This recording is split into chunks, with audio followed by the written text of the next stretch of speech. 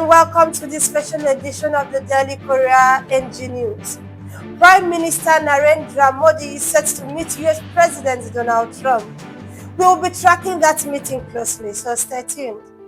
Also today we will be discussing how America and India are adding new chapters to their relationship, particularly in defense and energy. What Trump said to Putin in their first publicized phone call.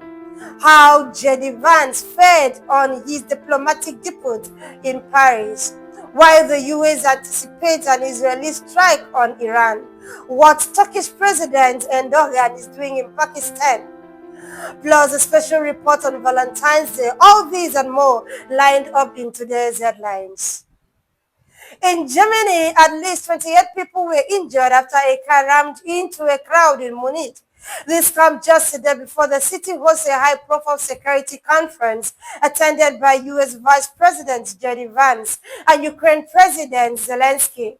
The driver, a 24-year-old Afghan asylum seeker, has been detained. In India, president's rule has been imposed in Manipur. The chief minister of the violence state recently resigned after the ruling BJP failed to reach a consensus on a successor. Manipur has been battling ethnic violence for nearly 2 years. Hamas says it will adhere to the timeline of freeing Israeli hostages as per the ceasefire deal. Negotiators are pushing to overcome an impasse in its implementation. The fragile ceasefire has been stirred in recent days after Donald Trump warned that hell would break loose if all hostages weren't freed by Saturday. Jailed Uganda opposition leader Giza Bizigi is said to be critically ill. He has been on a hunger strike to protest his detention since last November. Bizigi was abducted in Kenya and now faces the death penalty on treason charges in a court-martial. Japanese auto giants Honda and Nissan have scrapped their mega talks. Reports suggest that discussions fell apart after Honda proposed making the struggling Nissan a subsidiary. The bid to join forces was aimed at countering U.S. titan Tesla and Chinese firms in the electric vehicle market. Every foreign trip is important, but some feel different. The vibes, the expectations, and the stakes.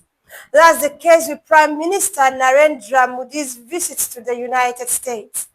He arrived in Washington on Wednesday evening, greeted by snow and freezing temperatures. Despite the cold, the Indian community gave him a warm welcome. Modi is staying at the Blair House, the U.S. President's official guest house, located right across from the White House. His schedule is packed with 6 bilateral meetings lined up, including one with President Trump. The focus will be on trade, defense, and energy partnerships. In other news, U.S. President Donald Trump has spoken to Russian President Vladimir Putin about ending the war in Ukraine. Trump's claim Putin is open to a ceasefire, but Ukraine's President Zelensky seems to have been blindsided by the developments. J.D. Vance, the U.S. Vice President, made his diplomatic debut in Paris, where he laid out America's AI policy and refused to sign a joint statement. The U.S. anticipates an Israeli strike on Iran, with reports suggesting Israel's plans to target Iranian nuclear facilities. Turkish President Erdogan is in Pakistan, where the two nations signed 24 agreements, including on defense and trade. And finally, as Valentine's Day is here, the floral industry is booming. Over 250 million roses are produced for the occasion, with nearly 1 billion roses imported into the U.S. from Colombia and Ecuador. Meanwhile, Paris is innovating with edible flowers, and chocolate prices have hit a record high. That's all for today's edition of the Daily Korea NG News. Thank you for watching. We'll see you tomorrow. Please do well to like and subscribe.